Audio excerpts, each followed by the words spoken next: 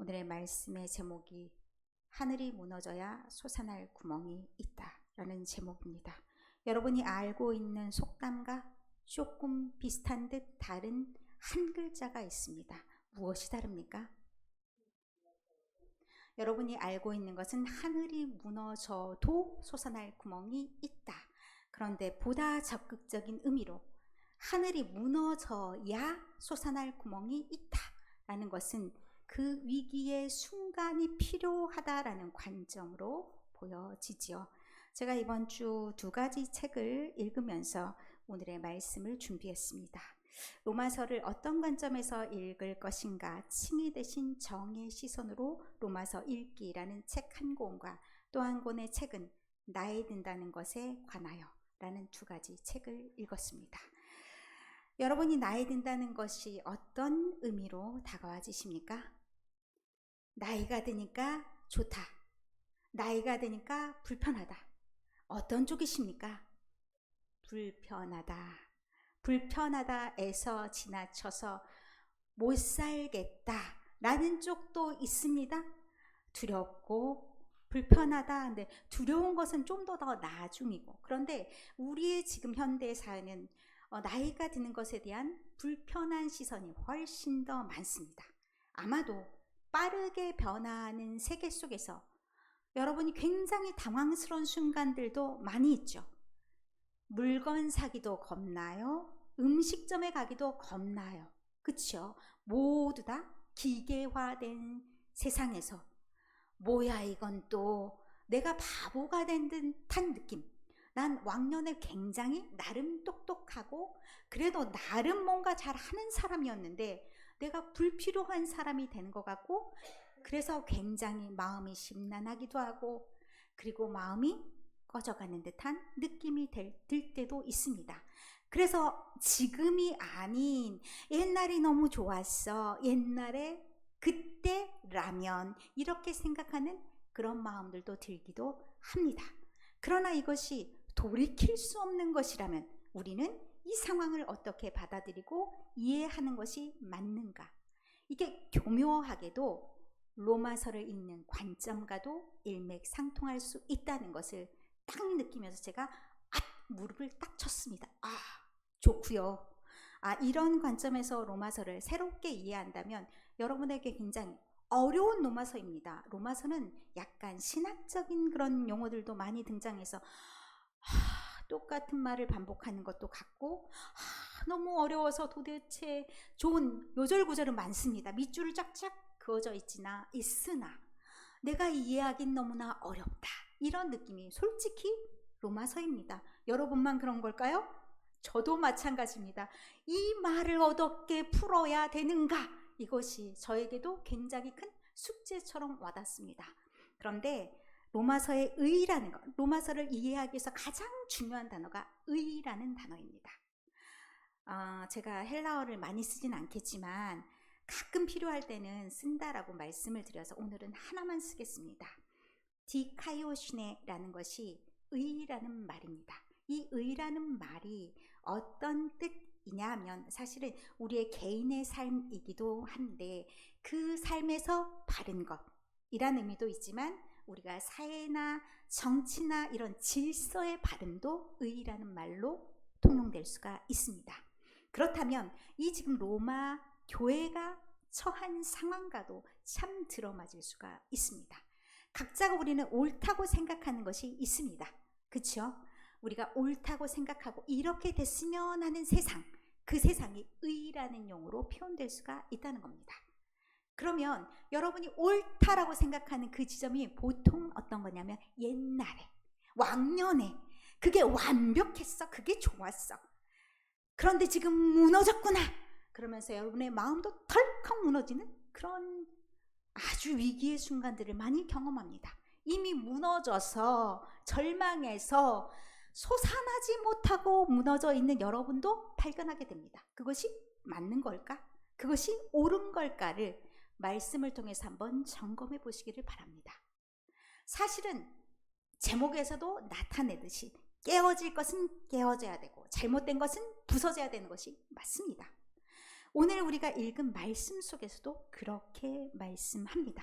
우리의 신앙의 색깔, 우리의 신앙의 내용, 이것이 어떻게 바뀌어야 하는가, 어떻게 되어져야 되는가 라는 것을 오늘 말씀을 통해서 들려주십니다. 우리가 올바름을 추구하기 위해서 우리가 생각하는 거, 옳다고 생각하는 거, 완벽하다고 생각하는 것을 한번 점검해 볼 필요가 있다는 얘기죠. 로마 교회에서는 양대 산맥이 있습니다. 로마는 주류가 누구였겠습니까? 이방인 사람들이 주류였습니다. 로마 사람들은 이들 세계에서는, 이 믿음의 세계에서는 주류가 될 수 없는 사람들이 주류가 된 격이기도 합니다. 그래서 늘 어떤 것이 부딪혔냐? 그들이 살아온 방식과 누구의 방식? 유대인의 방식과가 부딪혔습니다. 그러면서 늘 싸웁니다. 이것이 옳다, 저것이 옳다, 너넨 다 틀렸어. 이렇게 지적질하는 상황 가운데 있습니다. 그러나 1장에서 3장까지 로마서의 말씀을 보면 다 틀렸어. 너도 틀렸고 너도 잘못됐어 라는 지적을 당합니다. 모든 사람들이 헬라인이나 유대인이나 다 죄 아래 있다.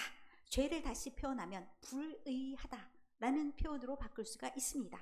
하나님이 보시기에는 이것도 아니고 저것도 아니라는 겁니다. 하나님이 생각하시는 옳은 세상, 옳음은 그것과는 다르다는 얘기를 하고 있는 겁니다. 그러니 너네가 서로 자잘못을 따지면서 둘 간에 싸울 필요가 전혀 없다라는 말씀입니다. 그러면 우리가 의인이 될 수 없다라는 것은 우리가 하나님의 세계 안에 들어갈 수 없다는 것인데, 우리가 하나님의 세계 안에 들어갈 수 없다면 우리는 구원받지 못한다는 것의 다름이 아닙니다.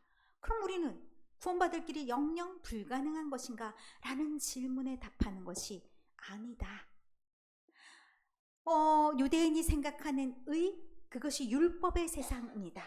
그것이 아니고 또 다른 것이 있다면 그것은 무엇일까에 답하는 것이 오늘 4장의 말씀입니다. 대표적인 사람을 누구로 예를 듭니까? 아브라함, 믿음의 조상이라고 불리는 아브라함의 예를 듭니다. 유대인들은 이 믿음의 조상 아브라함이 누구의 조상이라고 생각하냐면 자신들만의 조상이라고 생각합니다. 그래서 이방인하고는 상관이 없다. 그 징표가 뭐냐? 할례입니다. 아브라함도 할례를 받았어.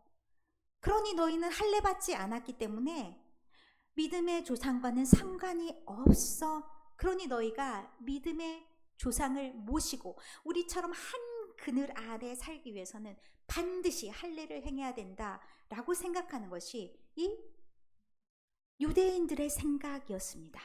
그런데 그 생각을 파고들어서 가르쳐주는 말씀이 뭐냐? 그가 언제 하나님에게 의롭다 그렇게 칭함을 받았느냐? 이 말씀을 하는 겁니다. 그가 할례를 받아서 그것이 하나님이 아이고 잘했네 이렇게 말씀하는 거냐? 아니다. 전혀 다른 시점이다 라는 말씀을 하면서 창세기의 말씀들을 들먹입니다. 창세기 17장을 예로 들어서 어떻게 얘기하냐? 창세기 17장에 보면 아브라함이 할례를 몇 살에 받았을까요? 여러분이 생각하실 때 아브라함은 할례를 몇 살에 받았다라고 생각하십니까? 여러분에게 대단한 힌트를 드리겠습니다. 이스마엘이 13살 되었을 때 아브라함이 할례를 받았다라고 얘기합니다.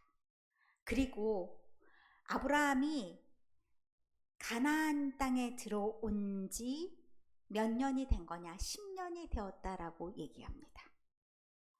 그러면 10년이 되었을 때, 아브라함이 가나안 땅에 들어온 지 10년이 되었을 때 누구를 낳았냐? 이스마엘을 낳았습니다. 계산이 빠르신 분 계산이 끝나셨나요? 그럼 몇 살 때일까요? 아이고야, 답이 없으셔. 이렇게 복잡한 것을 왜 나한테 물어? 이런 표정들이십니다. 자, 100살일까요? 100살이면 안 되겠죠. 왠지 100살이면 안 될 것 같죠. 자, 99세입니다. 그 말씀이 어디에 나와 있냐? 17장 24절에 나와 있습니다. 정확하게 99세에 받았다라고 나와 있습니다. 그러면 하나님께서 이 아브라함에게 약속을 하신 나이는 몇 살일까요?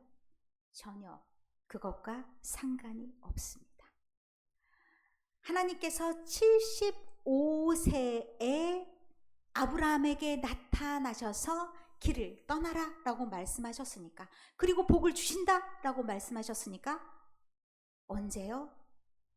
75세요. 그리고 하나님께서 그가 할례를 받았을 때가 아니라 언제 의롭다 하셨냐 하면 하나님을 믿은 믿음으로 의롭다 하셨습니다. 그 사건이 언제인가요? 15장. 여러분, 우리 창세기 공부 다 했잖아요. 여러분 연세 정도 되면 아직은 머리가 팍팍 돌아가서 다 기억하시는 것 아니셨나요? 15장에 보면 나와 있습니다. 15장에 모리아산에 가서 이삭을 바쳤을 때 하나님이 그가 믿음으로 의롭다 여기셨다라고 얘기합니다. 그러면 믿은 것이 굉장히 중요한 사건이 되는 겁니다. 그런데 그러면 그 나이에 할례를 받지 않았다. 그럼 믿음의 조상은 할례를 받은 것과 상관이 없다. 이런 결론에 도달하게 됩니다. 그러면 유대인들이 말하듯이 할례 받지 않아서 너희는 믿음의 조상과 상관이 없다 말할 수 있나요? 아닙니다. 그러면서 아브라함이 무할례자임에도 불구하고 하나님을 믿는 모든 사람들에게 믿음의 조상이 되신다라고 말씀하십니다. 그러면 그 다음에 나온 얘기가 어떤 얘기냐? 그거는 무엇을 믿었냐? 라는 얘기가 되는 거죠. 믿었는데 믿음의 내용이 있지 않습니까? 믿음의 내용이 있습니다. 언약을 믿었다. 무슨 언약을 믿었느냐? 자, 믿음의 내용이 중요한데, 자, 로마서 4장 18절의 내용에 보면 어떤 것이 있냐면, 죄송합니다. 18장 좀 하기 전에 17장의 말씀에 보면 많은 민족의 조상으로 세우겠다라는 말씀이 있고 18장 18절에도 비슷한 말씀이 이어집니다. 하나님이 너를 많은 자손을 주겠다라고 약속을 하셨습니다. 그러면 어떤 일이 일어나야 되느냐? 자손이 한 명이라도 생겨야 되죠. 자손이 태어난 것, 그리고 하나님이 약속하신 대로 사라의 태에서 자손이 생겨나는 것. 아브람 나이가 몇 세 됐을까요? 100세예요. 아브람 나이가 100세 됐을 동안 몇 년을 기다린 겁니까? 25년. 그 동안을 기다릴 때 저 약속이 완전한 것이다 믿어졌을까요? 믿음이 있다가 없어졌다가 믿다가 없어졌다가 이 반복적인 상황이 됩니다. 그러나 그가 믿는 것을 의로 여기시고 아이고 그래도 믿은 자다라고 칭하셔서 의로운 세상에 들어보내주셨다. 누구의 은혜냐? 하나님의 은혜다라고 얘기합니다. 하나님이 저쪽으로 가는 순간도 눈 감아주셨다라는 표현으로 사용합니다. 죄를 가리워주셨다. 죄가 없는 것으로 여겨주셔서 의인의 대열에 쓰게 해주셨는데, 그가 믿었다 안 믿었다 하는 내용이 뭐냐? 네 자손이 이와 같이 될 것이다. 자, 이와 같이 될 것이다. 요즘에 제가요 가끔 새벽에 하늘을 쳐다보면요, 와, 하늘이 너무 맑아요. 그래서 하늘에 막 별이, 제가 별자리를 사실 잘 모르는데 저 별자리가 막 궁금해져요. 북두칠성, 북극성 2개만 알겠어요. 나머지 가을 별자리를 공부해야 될 것 같은데 어쨌든 찬란한 별들을 보게 됩니다. 여러분 저 별을 세어보셨나요? 세어보지 못하셨죠? 세다가는 어떻게 해요? 밤잠을 설칩니다. 그러나 어쨌든 저거를 세어보아라 라고 말씀하십니다. 누가요? 하나님이. 밖으로 딱 나가셔서 그가 전혀 기억하지 못하고, 그리고 너무 오랜 이야기 같아서 까먹고 있어. 깜빡깜빡, 우리의 정신 상태랑도 같죠? 깜빡깜빡한 그 상태, 하나님이 밖으로 쫙 데리고 가서 하늘 좀 봐봐. 약속했지? 저 별을 한번 세어보아라. 이같이 너의 자손이 많게 할 것이다 라고 다시 말씀을 들려주시는 겁니다. 중간중간에 다시 한번 점검해 주면서 누구의 은혜로? 하나님의 은혜로 그의 언약을 다시 생각하게 하고 그 언약이 이루어질 것이다 다시 약속하십니다. 신실하신 하나님께서 그 약속을 이루어질 것이다 라고 말씀합니다. 그런데 중요한 건 나의 상태가 그렇지 못해요 라고 말할 수 있는 상황이 늘 벌어진다는 것입니다. 제가 보다 원어에 가깝게 해석하는 것이 조금 더 와닿겠다 생각해서 순서를 그 헬라어 순서대로 바꿔봤습니다. 아브라함은 희망이 사라진 때에도 믿었다. 그 희망이 어떤 것인지는 이제 뒤에 나옵니다. 내 자손이 이와 같이 될 것이다 하신 말씀대로 많은 민족의 조상이 되었다. 저 믿음이 있었기 때문에 저런 결과가 일어났다는 말씀이죠. 그런데 그의 상황이 어떤 상황이냐? 희망이 사라진 때라는 겁니다. 그의 희망이 사라진 때가 어떤 상황이었냐? 그의 믿음이 약해지지 않았다 그는 알았다 하면서 그의 몸의 상태를 들려주십니다. 그의 몸이 100세나 되었습니다. 이미 죽은 것이나 다름없고, 그러니까 생산할 능력이 아무것도 없는 상태. 사라의 태도 이미 다쳤어. 그것도 마찬가지로 더 이상 가능성이라고는 일도 없는 그런 상황. 그런 상황에서도 그의 믿음이 약해지지 않았다는 겁니다. 여러분도 살아가실 때 저런 절망의 상황이 반드시 올 수 있습니다. 그리고 여러분의 몸의 상태, 여러분의 정신의 상태, 여러분의 여러 가지 상황에 따라서 저런 상황을 느껴질 때가 있습니다. 불가능하구나. 하나님이 말씀하셨던 그 약속의 말씀은 나랑은 상관이 없구나. 나는 이미 끝났구나. 하나님의 이 약속은 나를 통해서 이어가지는 것이 아니라, 그래 나의 자손이라도 잘되게, 아니면 내 옆에 있는 엘리에셀, 내가 낳은 이스마엘이라도 잘되게, 또 다른 꿈 이삭은 없어 라고 포기할 수 있는 상황이 있다는 겁니다. 그럴 때 믿는 믿음의 내용이 여러분의 미래를 좌우합니다. 그런 믿음을 가져가야 되는 것이 왜 중요한지를 히브리서 11장 1절에 말씀합니다. 믿음은 바라는 것들의 실상이요 보이지 않는 것들의 증거다라고 말씀하십니다. 우리가 바라는 것이 현실로 나타나는 것을 보게 하는 것이 믿음입니다. 아멘.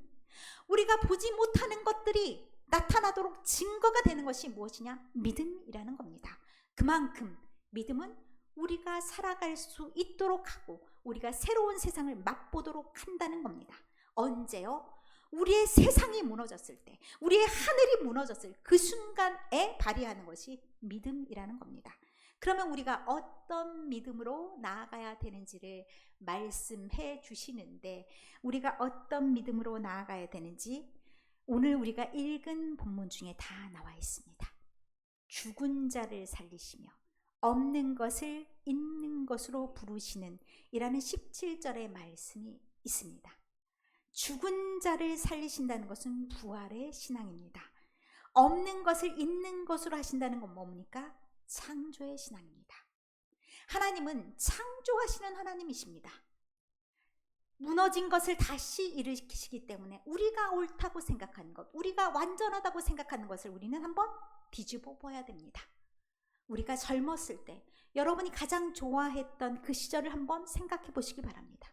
여러분의 10대든 아니면 20대든 또 여러분의 나이에 따라서 50대 그것도 젊어, 60대 그것도 젊어 라고 말할 수 있죠. 그때가 뭐 인생을 좀 알만하고 뭔가를 할 수 있는 나이야 라고 생각할 수도 있습니다. 그때가 완벽했나요? 그렇지 않습니다. 그때를 살아가는 모든 사람들은 다 불완전한 세상을 살아갑니다. 그 자기의 세상이 무너지기를 바라는 마음이 다 똑같습니다. 그런데 그 무너뜨림이 있어야 새로운 하나님의 세계가 열린다는 것을 여러분은 믿으시기 바랍니다. 오늘 우리가 불완전한 몸, 오늘 우리가 무너진 세상을 경험한다면 그곳에서 하나님이 일하시는데 여러분의 생각과 여러분의 방법과는 좀 다를 수가 있습니다. 그러나 하나님이 여러분을 이끄시는데 하나님의 은혜에 들어갈 수 있게 하나님의 의로운 세상으로 여러분을 이끄시는데 여러분이 그것을 믿고 나아가는 믿음이 있다면 그런 삶의 경험이 일어날 수 있다는 겁니다. 단지 여러분이 그 상황에서 무엇을 붙잡느냐가 여러분의 다음을 좌지우지할 것입니다. 여러분의 만약 그것을 나는 믿지 못하겠어, 이미 끝났어 라고 한다면 여러분의 삶은 거기에서 그만큼의 삶으로 끝날 수밖에 없습니다. 그러나 하나님께서 나에게 약속하신 그 약속이 있지, 하나님께서 나에게 기도하게 하시네, 그 목적을 향해서 기도하게 하시네, 비록 오늘 내가 그거 이루어지지 않음을 본다라도 내가 그 믿음을 끝까지 가지고 나아간다면 100세라도 이루시는 그 하나님이, 그리고 그 씨앗을 남기시고 그 후대까지라도 이루어 가신 하나님을 경험할 수 있을 거라는 말씀입니다. 그래서 히브리서 11장 12절의 말씀은 이렇게 말씀합니다. 이러므로 죽은 자와 같은 한 사람, 그 사람이 아브라함일 수도 있고 그 사람이 사라일 수도 있고 어쩌면 우리일 수도 있는데, 그런 사람으로 말미암아 하늘의 허다한 별과 또 해변의 무수한 모래와 같이 많은 후손이 생육하였느니라. 아멘. 여러분이 꿈꾸는 세상 또는 여러분이 원하는 기도의 제목, 이것들이 하나님이 원하시는 그 시기와 맞닿아지면 하나님이 그것을 이루어 가시는 일들을 반드시 볼 거란 말입니다. 그렇기 때문에 여러분이 하늘이 무너진 것 같은 그런 상황들, 불편하죠? 힘들죠? 당황스럽죠? 무섭죠? 그런 모든 상황을 가지고 어떻게 해야 되냐? 오늘을 기도해야 된다는 겁니다. 무엇을 붙잡고 기도해야 되느냐? 하나님이 여러분에게 부여하신 언약, 약속, 그것을 붙잡고 하나님의 신실하심과 하나님의 창조하심과 하나님의 부활하심을 믿으면서 그렇게 나아갈 때 하나님이 우리의 믿음을 보시고 이루어 가신 것을 경험하실 수 있다는 겁니다.